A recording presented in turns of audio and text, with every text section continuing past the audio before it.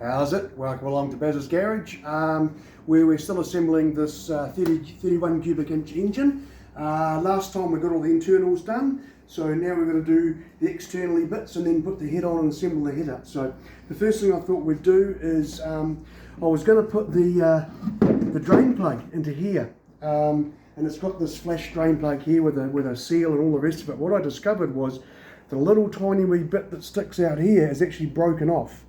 And so what that means is that when you push this on here and lock it round to there, this is actually not seating very well. So I'm going to have to repair that now. So I can't put that in today, but I'll repair that and then put it on, because there'll be nothing worse than driving around all of a sudden this opens up and all comes out. So we don't want that to happen. So I'll put that over there.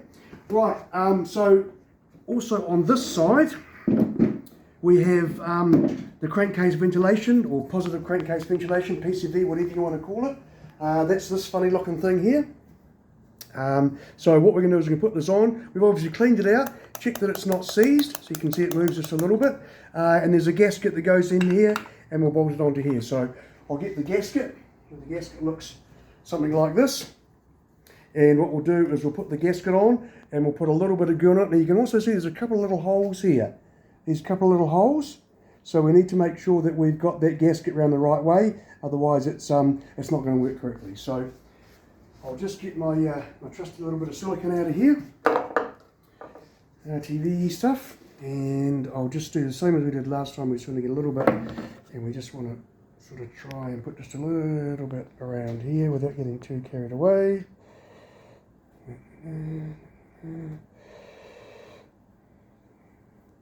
You probably don't need the silicone with this. I've just got one of these bad habits of putting sealer onto everything that I put together, just so that hopefully I don't have to pull it apart again. So you can probably get away with not doing this, but yeah, I'm just going to, because that's just the way I do it. Right, so we'll just get a little bit of silicone around on this. Okay, that's probably enough of that. And I'll put this onto the right way round, so I'm getting it the right way round so that the little holes line up, and then the vent part goes to the top. So I'll put that on there like that, and then I've got the bolts just sitting here, and I'll just put the bolts in.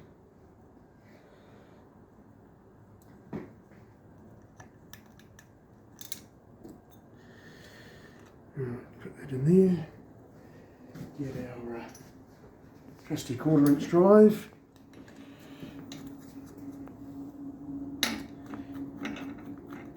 And I'm just going to nip these up. Now, there probably is a torque setting, but I just like to just nip them up, and we know it's pretty good.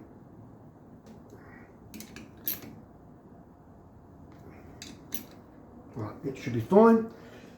Okay, so the next thing we're going to do is we're going to put this back into the hole here, put the cap back on the silicone, and then we're going to grab one of the shields.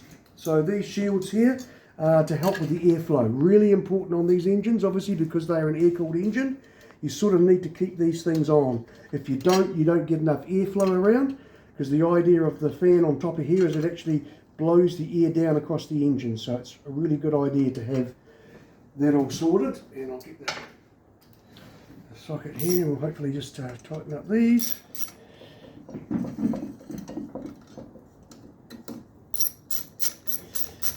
Right, so that's nipped up on there. Yep, that's all pretty good. Right, so the next thing we need to do, and this depending on what sort of model you have and what you want to do, but I generally keep the charging system on them, so it charges the battery during the day.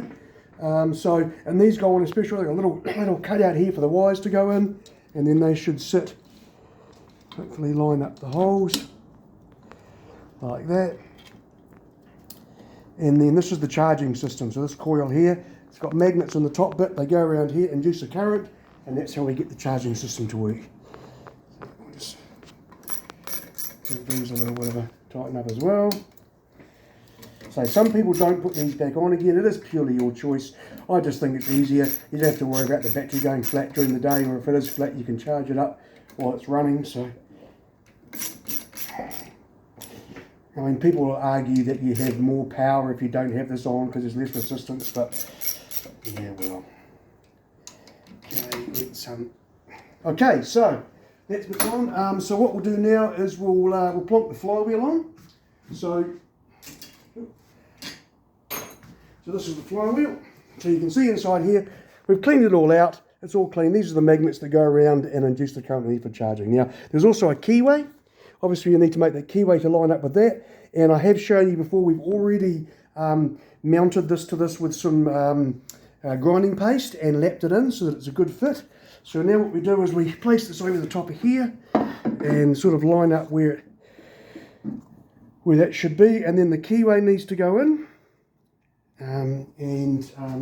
You sort of just give it a little bit of a tap in so it goes down far enough. Now these are usually aluminium and they're designed to be a shear pin. So if there's too much load, they will shear off and they're designed to do that, okay? So once we've got that on there, we then need the cover that holds on the little mesh that goes on top, and then the bolt and the washer, and we put it in here. Now there is a torque setting for these. I've got an impact wrench, and I tend to just sort of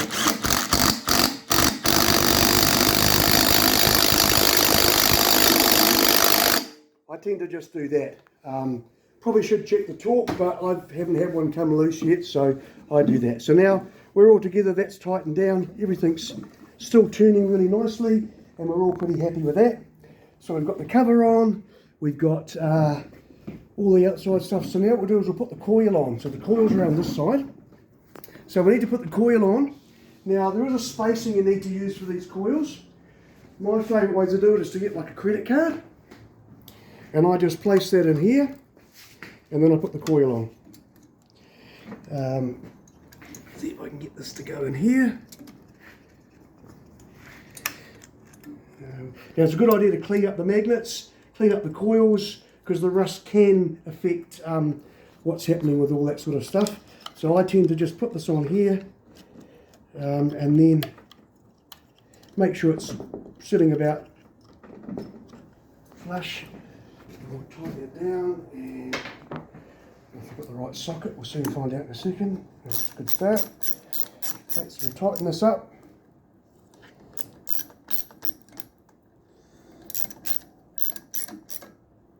And then tighten up the other side as well.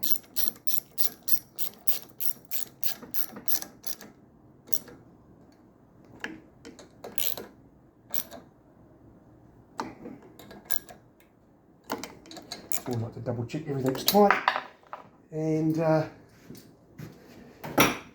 we should be able to just bring this around, it'll pop out, and we now have the right gap for the coil. So the coil's now set up. Obviously as the magnet comes around, it induces into the coil and creates us the spark. So we don't want to be holding onto this while we spin it because we'll get a shock. So that's on there. Now what we'll do is we'll just pull this up, turn it around, and I'm just going to throw this up on the bench for a second.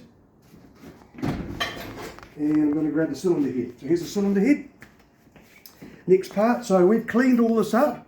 Cleaned out all the inside of it, redid the seats as you've seen before, so this is now ready to go back on again. So at this stage, we've got to reassemble the top part of it.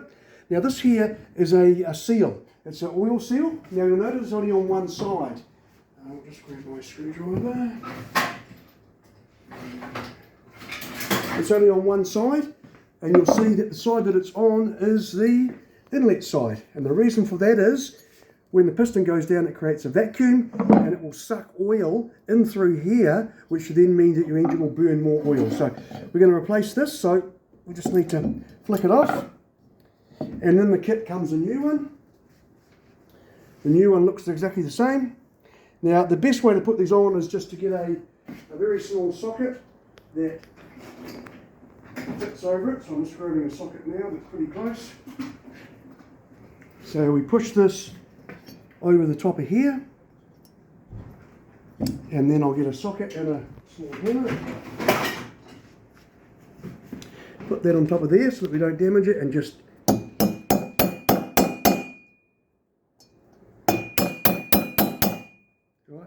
should be on there now. I'll just double check. Yep, all good. So that's on there now.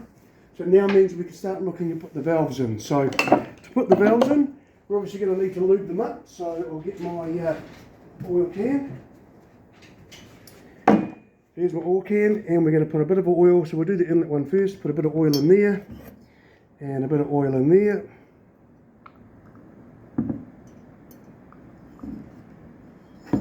And then we're going to grab the valve. So here's the valve. You can see we've cleaned it up and we've lapped it in. We'll put a bit of oil on all this, just so it's nice and easy to put in. And then we'll put this into here. Now what we have to do is we need to put the spring and the collets on. So if you remember, we're looking at changing these collets to a different type. So we've now got these little roundy ones. So we need to put the spring and the valve over there. Now you can, if you want to, put a small spacer underneath here and then put the spring on, and it'll give a bit more compression. But you need to make sure that when it's on, it's full open, that the spring is not binding. I'm not going to do it on this one. So what I'm going to do now is put this on its side, and then I'm going to get a valve compression tool, and hopefully I can make this work, because sometimes they're a bit tricky to get them to work. Put that onto there, and then put that onto there. This just makes it a bit easier to put them in. So then we grab these, and what I tend to do is grab the Vaseline in small. You can use grease if you've got grease, but you should always have Vaseline in the garage, very important. Put a bit on there, and then you can feed it in. And this is the bit where I might need to put my glasses on.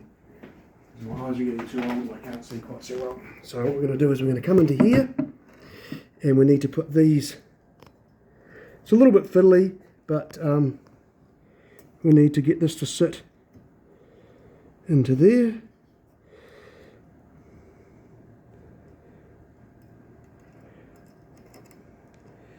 Right. Okay, so that one's in. And then we need to put the other one in. The idea of the Vaseline is it just helps it to stick on there. As I say, you can also use grease, it does the same sort of thing. So once they're sitting in there like that, we can very carefully, hopefully, release this, and there we go. So that valve is now in there. Once we get to this point, you always give the valve a bit of a tap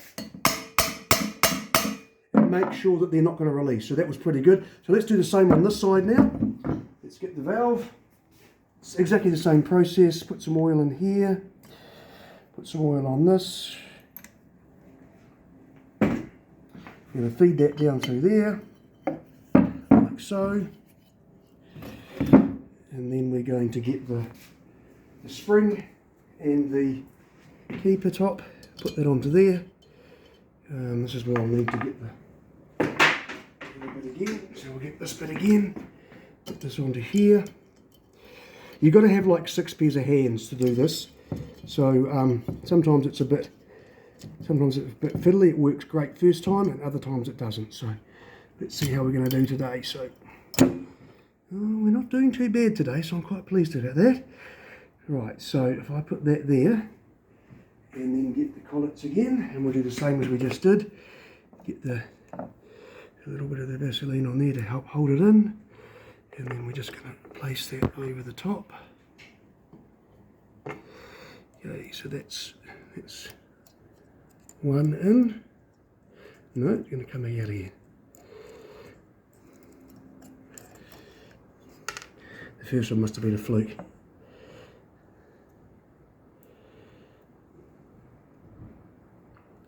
Have another go.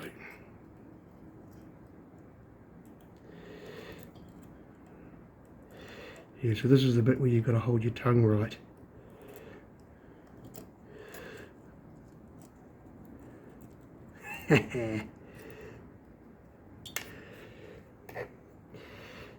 We will get there.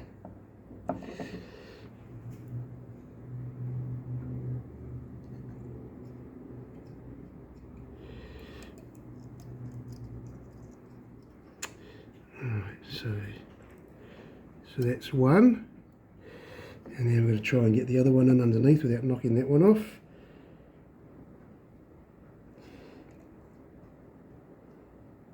Okay, so that's two.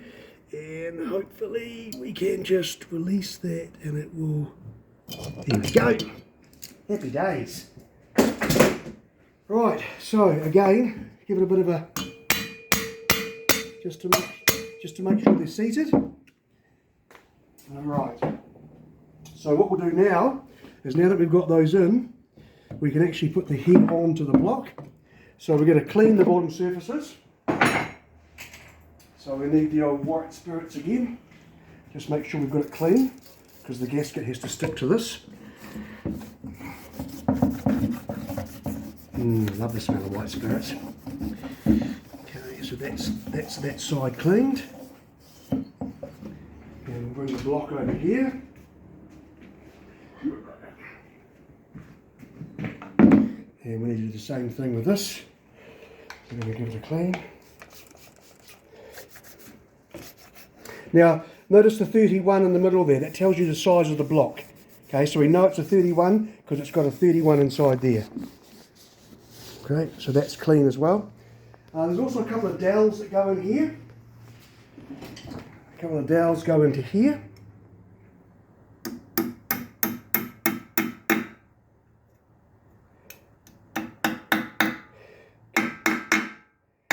Right, so they go into there. Now, if you've machined the head, we haven't on this one, but if you've taken machined the head, this will be thinner.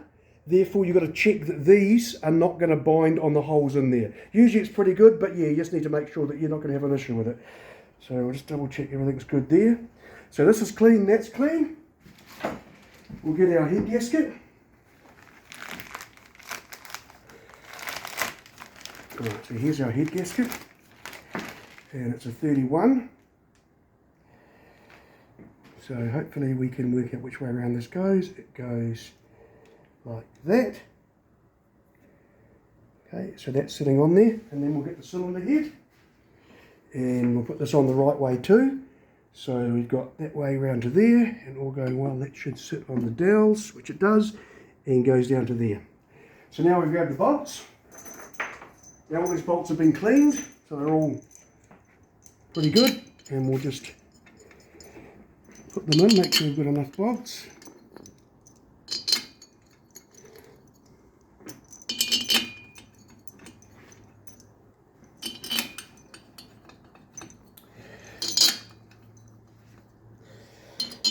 Excellent, we've even got the right number of bolts. Right, so we'll just grab the old speed brace again and the socket. We'll just put this on here, just wind these down. So you sort of want to do these opposite each time. We're not tightening them down at the moment, we're just nipping them to start off with. So we're going to go opposite across the head.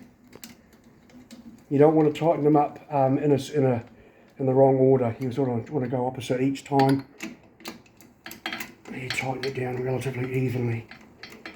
Right, so that one there, and then back over to here.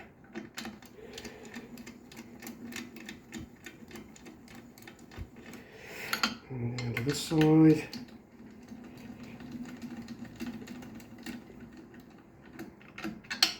And just the last two.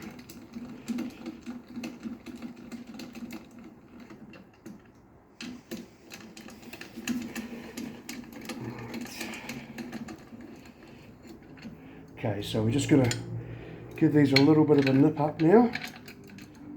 Again, we're going opposites.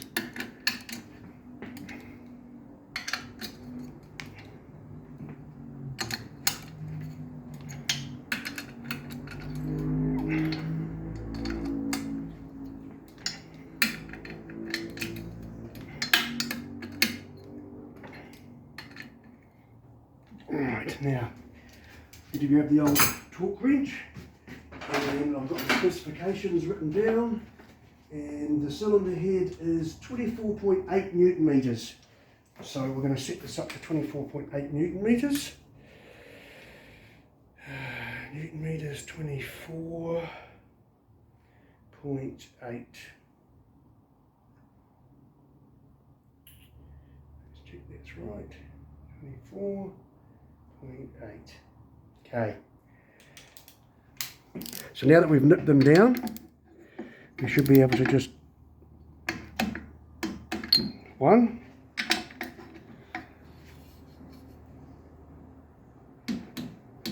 2,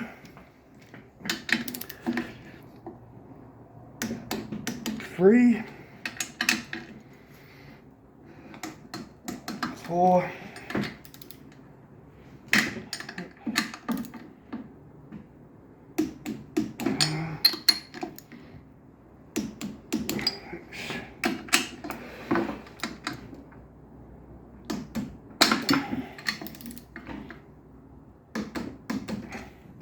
Right, so then I'll go around and check that I've tightened them all up.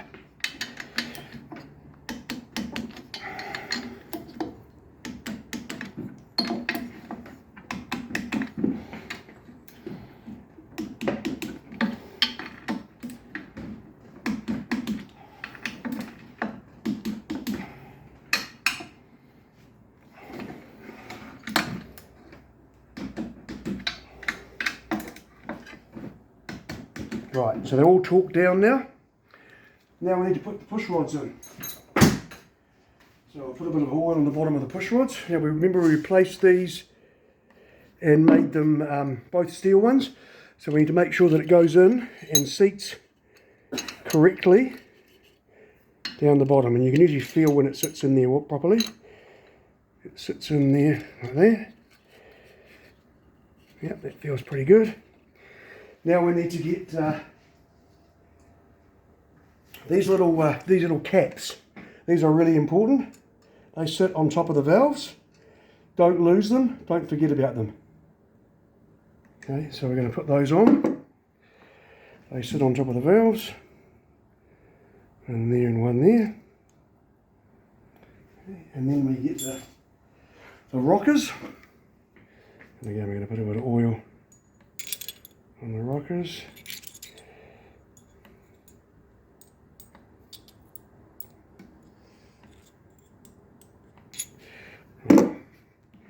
And then they sit over the top, go into there, and on there, and same on this side, over the top, and on there and there.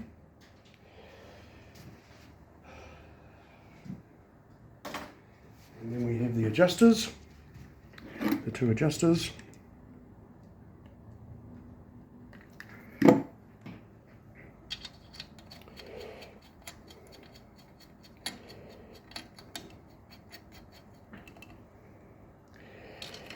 Right, tighten those down. Now we need to set the clearance on these. Kind of important, because if the clearance is not right, the valves won't shut or they won't open. So the way we do this is we need to make sure that the gap under here is correct. So I'm going to just grab some feeler gauges I've got here somewhere. I set these to about 4 thou.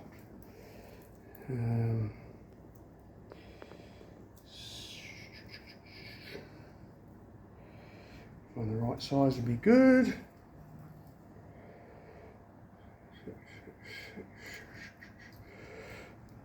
7, 6. Oh, those feeler gauges are no good. They don't go down that low. Right, the other ones. Hopefully they're here somewhere. There we go.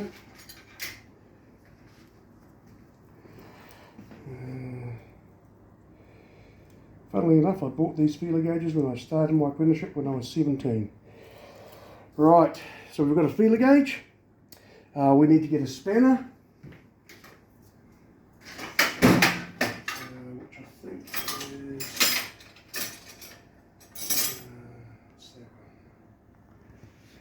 is no, 3/8 spanner, which is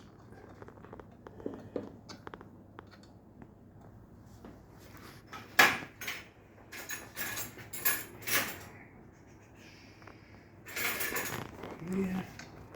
Yep. And then I need an adjuster for the that one. There we go. Right, so now what we need to do is we actually tighten down. So we've got to make sure that we're not actually on a compression stroke and it's in the wrong place. So we want to turn this around and going down, and we're going to bring it up. Okay, so that's now fully up. If we go around a bit more. Right, so that's now on the compression stroke, and I can actually feel the air coming out here. So that's on the compression stroke, which means that both valves should now be closed, so we can set the gap for both of them. So I'm going to come into here and see what gap we've got, and that is a little bit loose, so I just tighten down the centre bit. A little bit down. I'm going to turn this, it's too tight. And this is sort of a touchy-feely thing. This is something that takes a little bit of time to get the feel of, and you've usually got to muck around a bit to get it right. So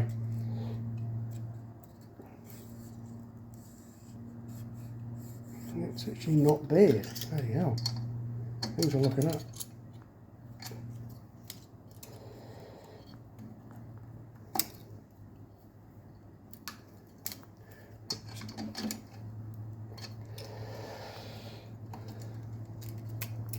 So generally what you'll do is you'll start it up, run it for a little while, and then you'll recheck them. So that's pretty close. So then we'll do the same with this one.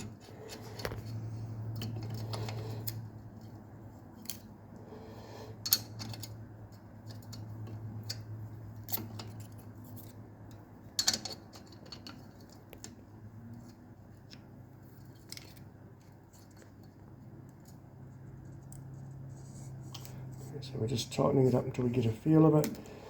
And then we'll go around it to see what happens. Yeah,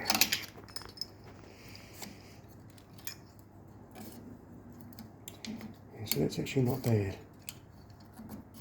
Alright, so that's the valve clearances now set. Yeah, pretty happy with those. Yeah, that's pretty good. What we'll do now is we'll just give the engine a bit of a turnover and just check that nothing's binding. Valves are going fully down, spring's not compressed. Same on this one, goes fully down, spring has still got a gap in it, so it's not binding. Right, so they're now set. That was pretty easy. So now we need to look at putting on the cam cover, which is this one here. Okay, so sometimes they've got a number on them, sometimes they haven't. It just depends. These caps fit all mowers, so it could be a 28, could be a 30, could be a 33, whatever. These caps fit all of them. Okay, so what we'll do is we'll get the gasket, which I've got here. Alright, so there's the gasket. So what I'm going to do with this one, because this one has a nice little line on it, I'm actually not going to put any goo on it, and hopefully it won't leak. So we're going to put this on here. We want to put it around the right way so that it's got the overhead valve facing up the right direction. And then we're going to get some bolts. And I think it's these four here. And we're going to bolt them into here.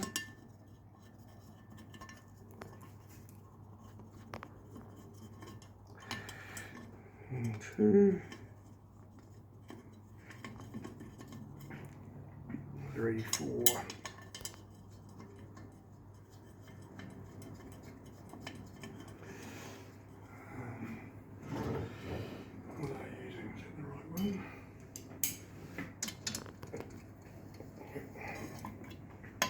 Again, you sort of want to tighten them up oppositely to start off with, just to make sure everything's seating nicely.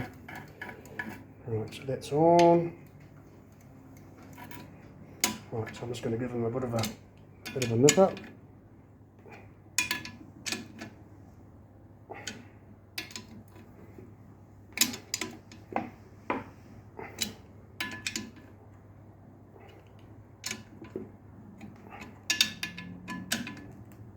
Right, so they're all tightened up.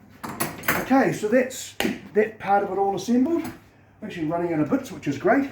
So we'll just bring this back down here again. Into here. And put the starter motor on. So here's the starter motor. Always pays to just check that this is not too bad, not too sticky, because it needs to flick back out again, so that's pretty good. Maybe in another video I'll show you how to pull these apart, clean them up, and clean the brushes up to it, but we'll leave that for today. So this one is going to bolt onto here. There should be a couple of holes here, one there and one there.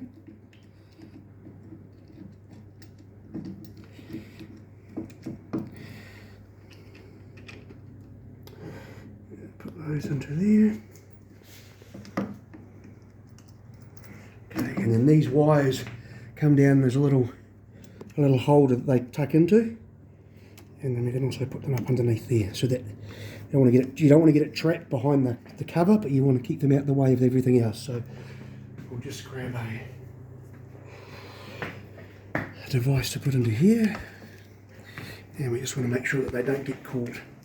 That's a good idea, just to make sure that they're not caught up underneath anywhere, because if you trap the wires in there, not only is it going to do damage, but it's going to short out the wiring system, and then you're going to have all sorts of problems. Okay, so that feels pretty good. And the same on this side.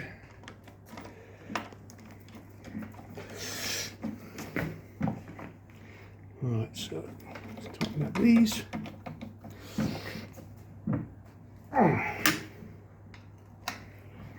Right, sorted with that. And that's obviously going to come around to the spark plug, which is down in there. So we're running out of pieces to put on now. We've got the shield, which we need to put on. So that comes around and sits. Should be a couple of bolts that hold it in, one down here, one there. Hopefully I can find the right bolts. I think it's that one and that one. And that should go. Again, these are very important to put these on. If you don't have these on the engine, you don't get the air flowing around it, and you can overheat it. So you need to put these on.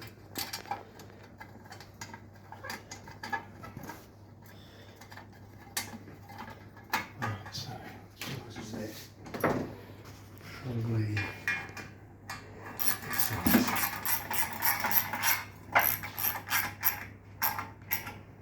Okay, so that fits on there.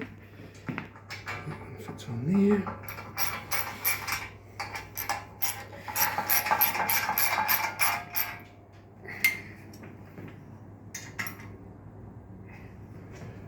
Okay. Right. So the engine now is just about fully assembled. We're now going to put the cover on, and then the extra bits for the cover that hold the front. So they've got these little bits here, the cover goes on, but I haven't got the cover here, it's just anyway fixed up at the moment, just giving it a clean. This cover goes over here, it will slide over the